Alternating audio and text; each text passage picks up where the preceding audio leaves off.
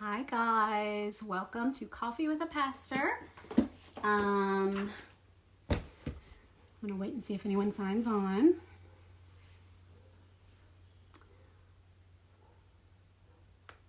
Hope everyone's having a good Wednesday. Look at this. Look at this. This is the reason why I'm flustered this morning. Let's see if anyone pops on. Let me know if you are, if you have popped. Hi. Okay, Tori, I just had this terrible fear that I went live on my own page, but I didn't, right? I'm on the church page. Can somebody confirm that? Give me a... That's how flustered I am. Like, I'm not even sure. Yay! Meet our new puppy. I'm honestly really... I mean, it's actually been... We've got him on Sunday. His name's Sunday. We're calling him Sunny. And thanks, Tori. And thanks, guys. Hi, Gianna. Hi, everyone. Hi, Tiffany. Maybe Christopher's there too. Hi, Christopher. So we got our puppy on Sunday, and everything is going really great in terms of he's sleeping in the crate, no problem at all. But he is definitely a puppy, definitely mischievous. And I feel like as he gets more and more comfortable in our home, he is taking more liberties. So I'm kind of hoping that he falls asleep. And if not, then I'm going to have to go dump him into Lyle's lap here in just a second. But I wanted to introduce you while we were waiting. And guys, let me know how you're doing today. How's everyone doing? It's Wednesday. I know that we are all on our own emotional timeline. And so, some of you may feel low on a day where we're more lighthearted. Some of you might feel lighthearted on a day where we're feeling heavy about things. And I just want to, as usual, grant that space here in the coffee hour. Yeah. Okay. I'm going to go throw this dog into the other part of the house. Because look, I don't think he's going to fall asleep on my lap. Yeah. So put in the comments how you're doing and let me drop this doggy off to his new dad. One sec.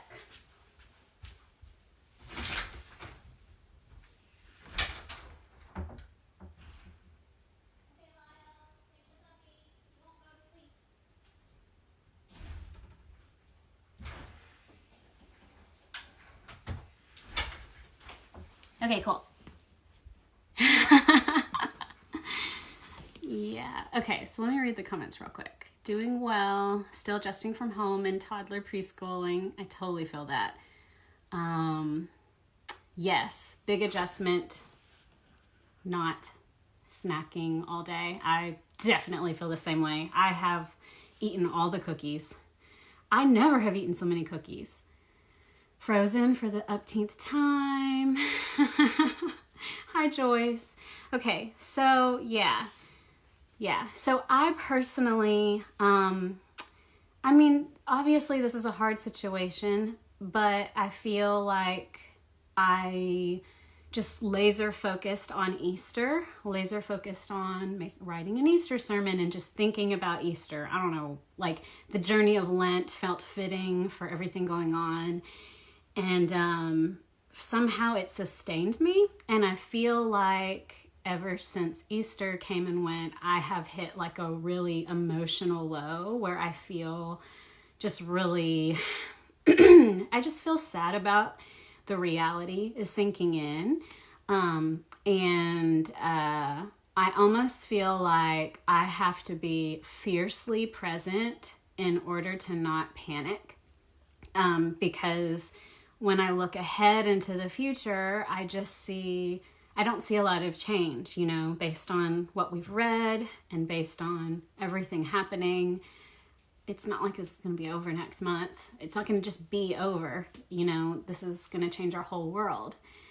And so then I woke up this morning and I read this article that came out, this study by Harvard scientists that said, like, according to their studies, the social distancing in some way, shape, or form is going to have to be happening through 2022. So I don't mean to freak you guys out, but I was like, like, obviously, our economy is not going to be able to just completely be shut down, and there's going to be periods of, activity probably. And of course, that article didn't take into an account what could happen with a vaccine, and there's all these unknowns. But it just sort of confirmed to me that we're in this for a long haul, not just as a society. Yeah, Tori says it's a cultural shift. But personally, like, we have to find within us the mental and spiritual and emotional stamina for a long haul, not just for a month, but this is like a huge upheaval internally for all of us, as well as an entire culture, society, and world. In a lot of ways, I don't know a lot about World War II, but in a lot of ways I keep thinking about how much the world changed after that war, how much cultural norms completely changed because of all kinds of things. And so I've been thinking a lot about how this feels like a war, in the sense that it's forcing us to change, and we don't know what that's going to look like on the other side.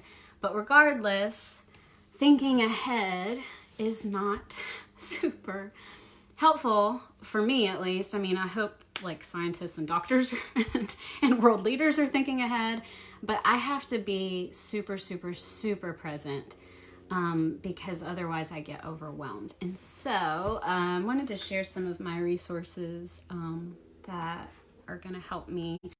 The resources that I think will help all of us is our small group series, which we're starting tomorrow. So if you are interested in joining that Zoom small group, let me know, DM us or put it in the comments and I can get you the information. But we're basically going to be talking about the wide world of prayer and being present with the divine, experiencing God's presence in your life. We really believe that this divine presence will help sustain us and give us that stamina that we need internally to embark on this, I don't know what you call it, journey, marathon, whatever. That we're going to talk about ritual. We're going to talk about embodiment. We're going to talk about sojourning, and we're going to basically talk about really creative and imaginative ways to engage with God that are not new. They're really ancient and old ideas that we just want to bring to the forefront and equip ourselves to have so that we can make through. And then the other thing is this book that I really, really love. It's called Real Happiness. It's The Power of Meditation by Sharon Salzberg. And Preston Cox and Sarah Cox told me about this book. They actually lent it to me a couple of years ago.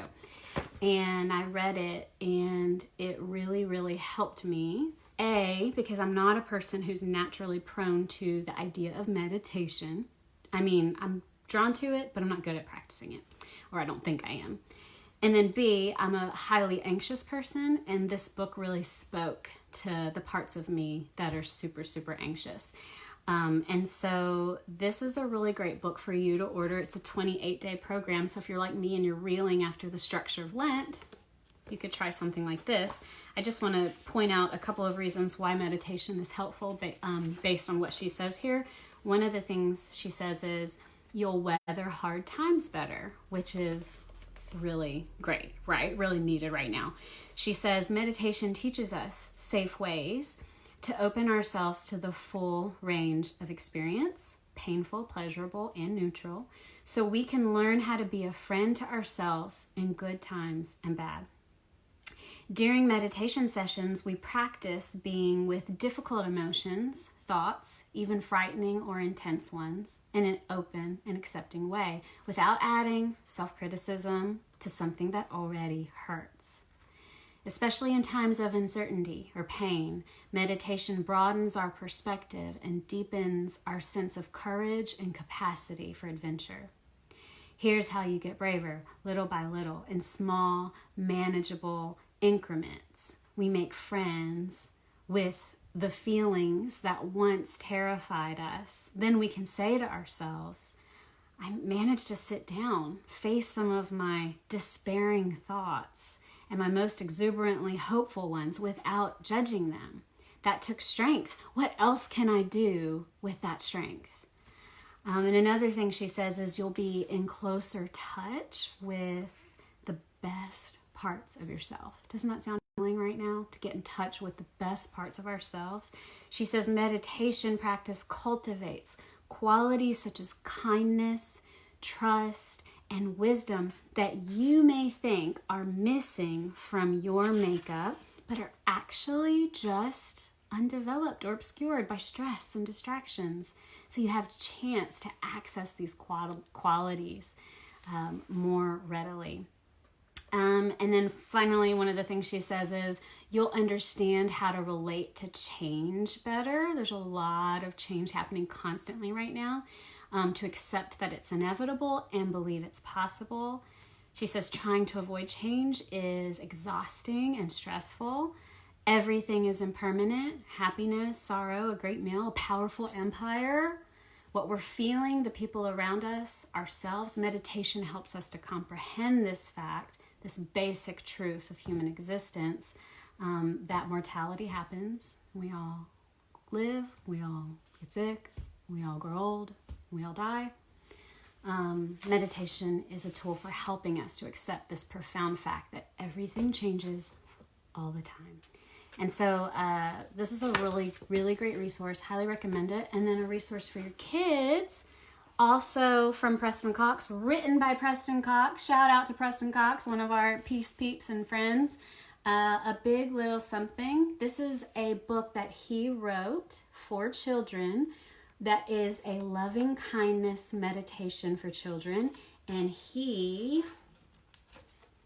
was inspired by this book to write it. So this is on Amazon.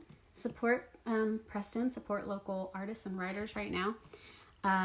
And this will be a great tool for your kids because it's a way to love their friends and to participate in the work of the world, even though they can't hang out and touch and see in person a lot of their people right now. So this is a really great book for that. So I wanted to share those with you.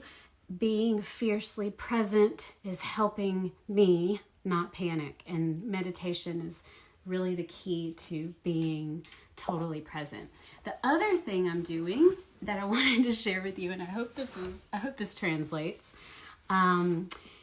is I'm looking back. So as a way to not look too far ahead, I'm being totally present and I'm looking back. And so I thought that I would share some stories from our peace community, some cherished stories. Most of them are funny, and then there's a couple sweet ones. Is Matt on here or Fran? If you're on here, let me know, because that way I can know that I'm talking about you if I am. But yeah, okay. So I don't know how long I've been on, but I'll try and not talk too much. Okay. So when we started the church 8 years ago, and Matt was a part of the core group that started the church. There was a core group of us that started the church together. And, Matt was on the first original worship team. He wasn't a pastor at the time, but he was really interested in formulating our worship experience and culture. And so he was on that initial team. And at the time I was an associate pastor of spiritual formation. And I just have this memory of Matt and I being like total kindred spirits on that team. We just always saw things the same way. We always just wanted to do things very similarly. and just had a similar kindredness about how we saw the visioning of it. And that's just a sweet memory for me, because who knew then that we would be on a team now as co-pastors in this beautiful work of this church. And then Fran, something fun about Fran is years ago, I don't even remember what year it was, but it was maybe like 2013 or 14. I didn't have a kid yet.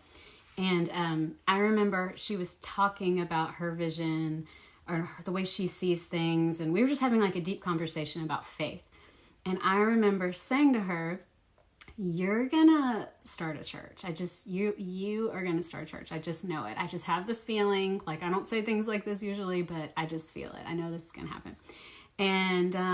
And then who knew that the stars would align and that we would be able to collaborate together. And honestly, we always say, like, when Fran came into our community, that was the rebirth of our church into kind of the identity we were meant to have. And so I love those two little random stories, because now the three of us are working in a pandemic together, and it's super fun. But let me share a couple of funny stories. And if you have a funny story that you just love about our church, can you post it in the comments, or just a favorite story? Because that would seriously cheer me up. And I would just love to hear what your memories are. These are all from my perspective. Okay, so one of kind of a funny memory is from our previous location where we used to meet. And I won't name the place, although a lot of you know it and it's not hard to figure it out. But it was just like crazy. There was always something happening. One day, here's just like five things that, and this is just on typical Sundays, we would always joke, we would walk in and not know what we were going to get. One Sunday, Kaylee Tubbs was getting down communion from a closet, and a rat fell on her face. And then one Sunday, Kyle Tubbs was preaching, and there was like a huge roach, or was it a roach or a rat? Kyle, you'll have to watch this and let me know. It was either a huge roach or another rat, just like scurried across the front, but no one saw it but him, and he was having to preach knowing that there was this like rodent running around and hoping no one would notice. And then another week, they held weddings at this place where we used to meet. Another week, we walked in on Sunday morning, and the whole room was filled, the whole floor was filled with fake rose petals. So we could, and it was like a carpeted room, so we couldn't really sweep it easily. We couldn't vacuum it because it was plastics, and it was just crazy. Another time, there were bats, and we were like trying to get the bats out. And then there was another time where we walked in on a Sunday morning, and they had repainted all the children's rooms, and the paint was still wet, so we didn't have a place to meet. And they didn't tell us.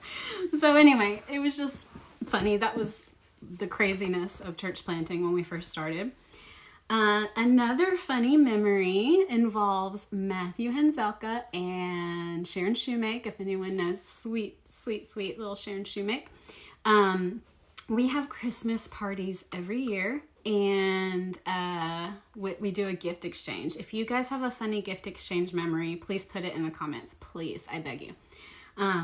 But one year, this was several years ago, Matthew brought a gift and put it under the tree, and then this one person who was visiting, we weren't sure what he thought about us, but he just happened to come to the party, and he opened Matthew's gift, and it was half a bottle of whiskey and a whole bunch of old John Piper books. It was so funny. We laughed so hard, and throughout the night it would go around because people just, I guess, wanted the whiskey. But Sharon Shoemake, I don't know how old she was then, maybe in her 70s or late 60s or maybe 70s. But she is the sweetest person on the planet, and she walked over there and stole it and locked it in and was like, I need this whiskey for my nightcap. It was just so unexpected and so funny. No one wanted the John Piper books, but everyone wanted the half a bottle of whiskey. And then another funny story. Okay, Matt's laughing. I'm going to embarrass Fran because I don't see that she's on. This was me, Fran, and Kyle. We were on a work retreat, but we were also at a conference. And so there was this big dinner. It was like 15 people. And we were all, Fran's gonna be so mad at me. We were all sitting there ordering, and the guy came up to Fran and he said, and what can I get you, love bug? Does anyone know Fran?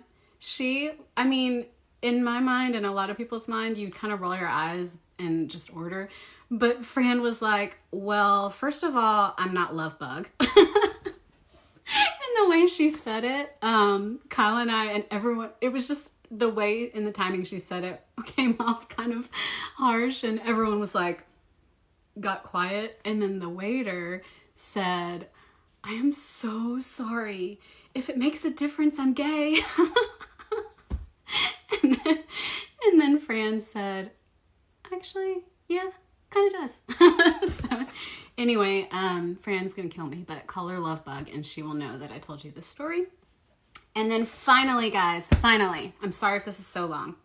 This is my favorite story of anything that's ever happened in our church. I have never laughed so hard. Are you ready? It involves Emily Belt and a children's sermon. Does anyone know what I'm talking about? Let me know if you know. Okay. So Fran asked Emily Belt to do a children's sermon one week, and she said yes. Emily Belt's a teacher. Teaches middle school, and she's incredible and so creative. But we had an idea for what we wanted, and we wanted her to do this finger prayer that Pope Francis had put out, and it was like the thumb reminds you to pray for, I don't know, all the teachers in the world, and the forefinger, or maybe the forefinger points, and so teachers teach and pray for teachers, and one was pray for kids, and so Emily, I think it was her first time to do a children's sermon, so she's kind of nervous, and she's telling the kids, okay, so your thumb stands for this, so pray for this. So your forefinger, you point with your forefinger, so we're gonna pray for teachers or something. And then she goes, so your middle finger stands for world leaders. Who can think of a world leader? And at the same time that she said it, a little kid, I think it was Haddon, shouted out, Trump! And she's holding up her middle finger, and he yells Trump. And everyone in the whole, this is on a Sunday morning, everyone laughed for so long. Like, it was like 2 minutes, just uproar. I can't explain it, but everyone who's there gets it. Laughed so hard.